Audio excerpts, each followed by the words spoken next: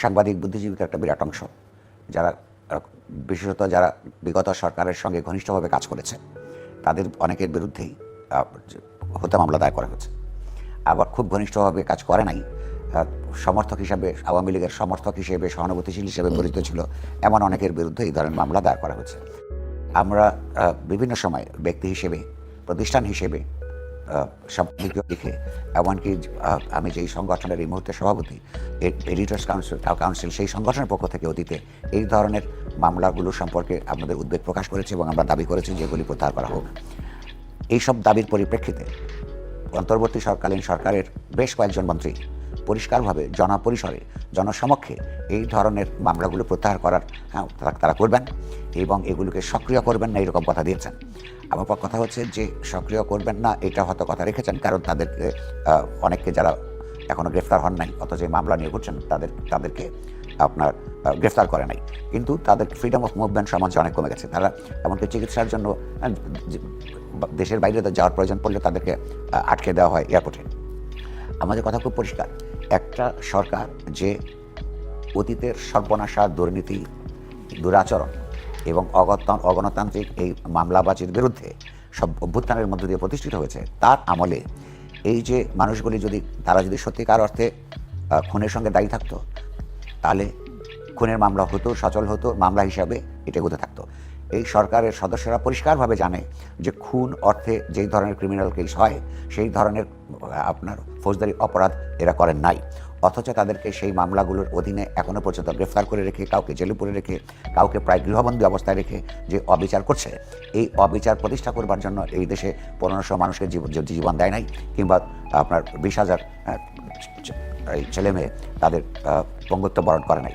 ফলে আমি তো মনে করি যে এই সরকার ঠিকমতো বুঝতে পারছে না যে আন্দোলনের মধ্য দিয়ে তারা প্রতিষ্ঠিত হয়েছে, যে রক্তাক্ত সংগ্রামের উপর দাঁড়িয়ে তারা এখন মন্ত্রিত্ব করছে, সেইটার যে গণতান্ত্রিক স্পিরিট, চেতনা, সেইটা তারা যদি অনুধাবন করতে পারত, তাহলে এই ধরনের মামলা হামলার মাধ্যমে এই সাংবাদিক বুদ্ধিজীবী তাদেরকে হ্যারাস করতো না।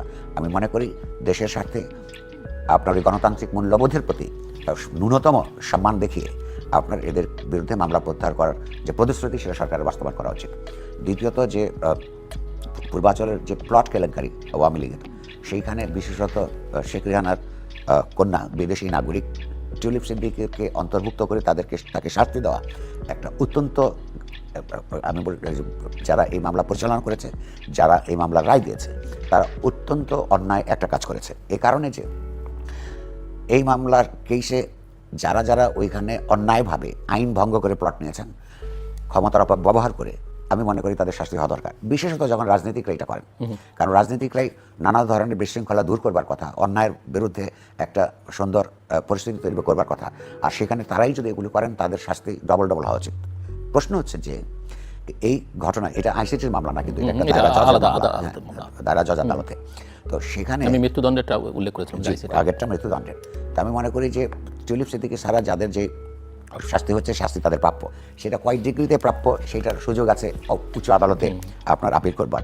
কিন্তু যিনি প্লট নেন নাই, তার বিরুদ্ধে অভিযোগটা হলো কি, আপনি লক্ষ্য করেন, অত্যন্ত হাস্যকর অভিযোগ যে একজন তরুণী তার পরিপক্ক রাজনৈতিক খালা এবং প্রায় প্রৌঢ় মাকে প্রভাবিত করেছে এই ধরনের এই দুর্নীতিপরায়ণ কর্মটির মধ্যে যুক্ত হয়েছে।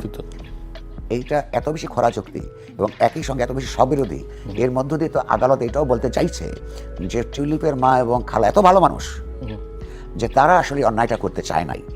যুক্তরাজ্য থেকে সে টিউলিপ সেটা করেছে, টিউলিপের প্রভাবে এই কাজটা করেছে, যুক্তরাজ্য থেকে প্রভাব বিস্তার করেছে। I have no love loss for Tulip, কারণ টিউলিপ বাংলাদেশে যখন আপনার গুণ খুমের ব্যাপারে সারা দেশে তোলপাড় হচ্ছিল, সেইটা যখন তাদেরকে জিজ্ঞাসা করা হয়েছিল আওয়ামী লীগ ক্ষমতায় থাকবার সময়, যে ব্রিটিশ যে রাজনীতির এবং হিউম্যান রাইটসের যে স্ট্যান্ডার্ড, সেই স্ট্যান্ডার্ড অনুযায়ী, ওনার বিবেক অনুযায়ী তিনি এই বাংলাদেশের গুণ খুমের ব্যাপারে কোনো বিরুদ্ধে কোনো ইতিবাচক ভূমিকা রাখবেন কিনা, সেইখানে উনি কোনো সক্রিয়তা দেখান নাই।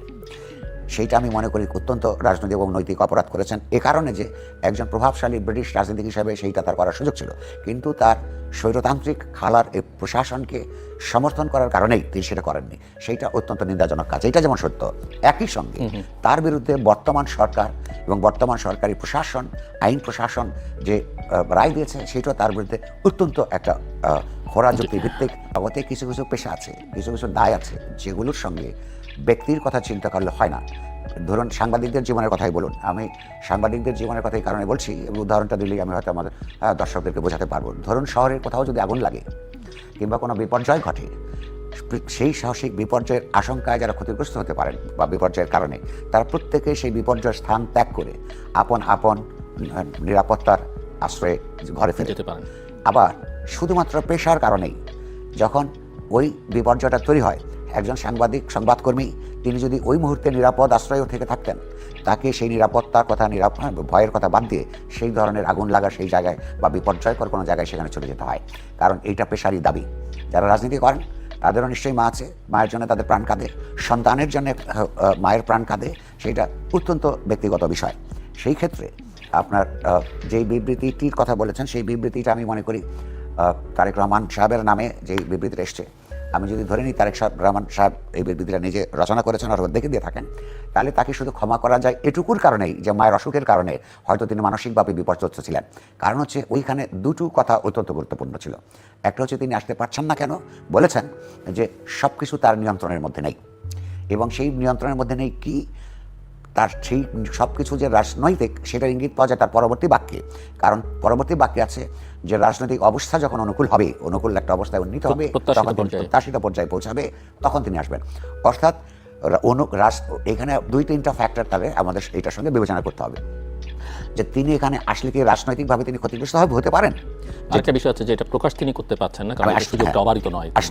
প্রশ্নটা হচ্ছে যে, এক নম্বর হচ্ছে সরকারের দিক থেকে ইতিমধ্যে বারংবার বলা হয়ে গেছে যে তাকে আসবার ক্ষেত্রে কোনো আইনি জটিলতা থাকলে সেটা ওনারা নিষ্পত্তি করবেন। চাওয়া মাত্র বলা হয়েছে তার নিরাপত্তার ব্যবস্থা নিশ্চিত করবেন এবং অন্য যে কোনো প্রশাসনিক সমস্যা তারা দেখবেন। তাহলে একজন রাজনীতিক আর কি কারণ তার সামনে উপস্থিত থাকে রাজনৈতিক যে তিনি প্রকাশ করতে পারছেন না?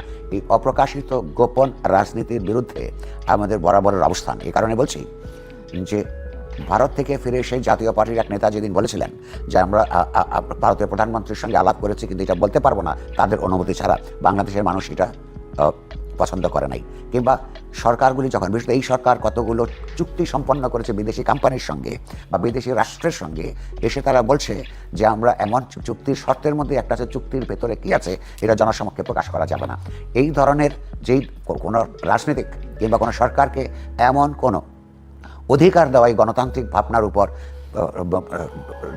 নেতিবাচক প্রভাব ফেলতে বাধ্য, যেখানে সরকার জনপ্রতিনিধিত্বমূলক সরকারকে যদি কখনো এরকম আবদার করতে হয় যে উনি আমাদের দেশটাকে কীভাবে কার সঙ্গে চুক্তিবদ্ধ করছেন, কী শর্তে, সেটা জনগণের কাছে প্রকাশ করার দরকার নাই, সেই রকম সরকার যেমন আমাদের দরকার নাই, সেই রকম আপনি কি আমাকে বলবেন আমি এমন একজন প্রধানমন্ত্রী চাই? এই কথা বলছে এই কারণে এই মুহূর্তে বাংলাদেশের সর্ববৃহৎ রাজনৈতিক দল জাতীয়তাবাদী দল, এই জাতীয়তাবাদী দল যদি নির্বাচন হয় আগামী ফেব্রুয়ারি মাসে, তাহলে সেইখানে মেজরিটি সিট নিয়ে আসবেন বলে মানুষের ধারণা।